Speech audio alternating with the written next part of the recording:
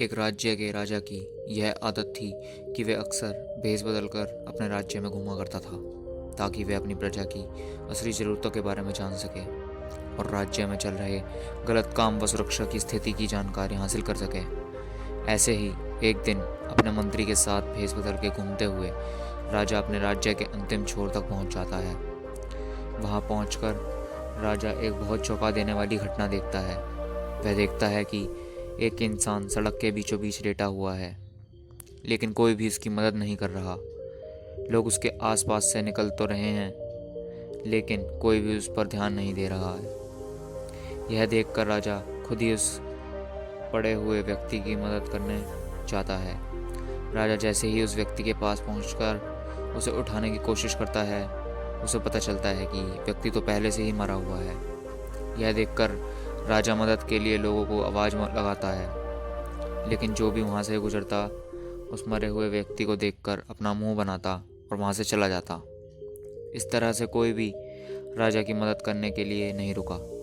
अंत में राजा ने वहाँ से गुजरने वाले एक व्यक्ति का हाथ पकड़कर उसे रोकते हुए पूछा, मैंने लोगों को इसकी मदद के लिए आवाज़ लगाई, लेकिन कोई भी इसके पास तक नहीं आया।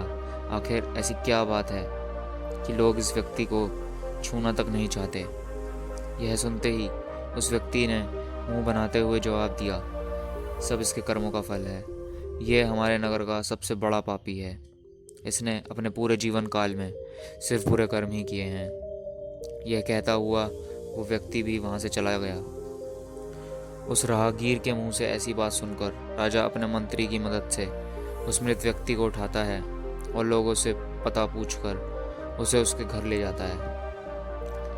अपने मृत पति को देखकर उसकी पत्नी जोर जोर से रोने लगती है।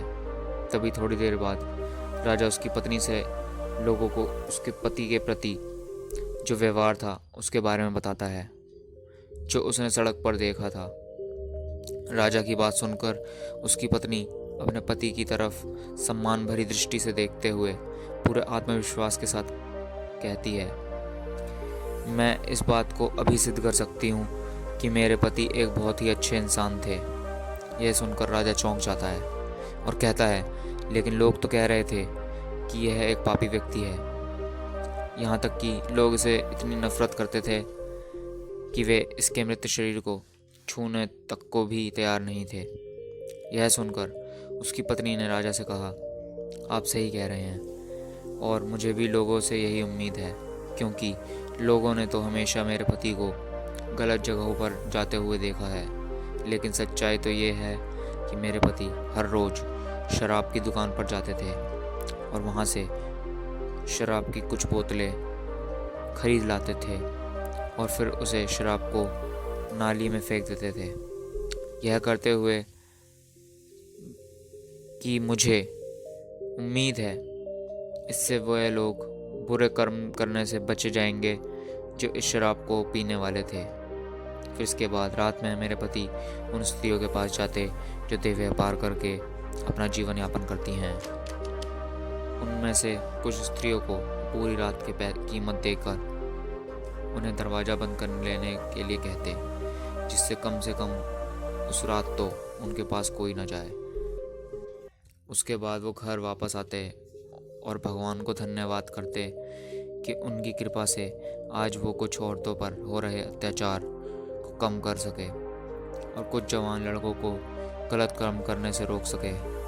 तो लोग अक्सर मेरे पति को ऐसी जगहों पर जाते हुए देखते थे और समझते थे कि मेरे पति शराबी और ख़राब नियत के हैं। मैं अक्सर अपने पति से कहती थी कि याद रखना, जब तुम मरोगे तो कोई तुम्हें छुएगा भी नहीं और तुम्हारी अर्थी को कंधा देने वाला भी कोई नहीं होगा।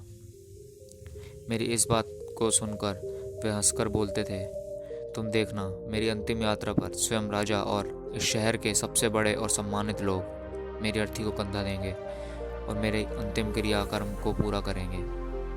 उसकी पत्नी के मुंह से ऐसी बातें सुनकर राजा की आंखों में आंसू आ गए और उसने कहा, मैं ही इस राज्य का राजा हूँ और कल सुबह मैं और मेरे मंत्री इसकी आखिरी यात्रा पर इसकी अर्थी को कंधा देंगे और इसके अंतिम संस्कार करेंगे। हम भी अक्सर यही सोचते हैं कि लोग कहेंगे, और अपनी इस सोच की वजह से हम कभी भी वो नहीं कर पाते जो हमें करना चाहते हैं, जिसके कारण से सच में हमें खुशी नहीं मिलती। तो इस कहानी से हम यही सीख मिलती है हमें कि लोग क्या कहेंगे, इस बात की परवाह किए बिना हमें वो करना चाहिए जो करना सही है, जिसे करने से हम सच में खुश रह सकते हैं। क्योंकि जब हमारे अच्छे कर्मों को कोई नहीं देख रहा होता है, तो सिर्फ भगवान देख रहा होता है।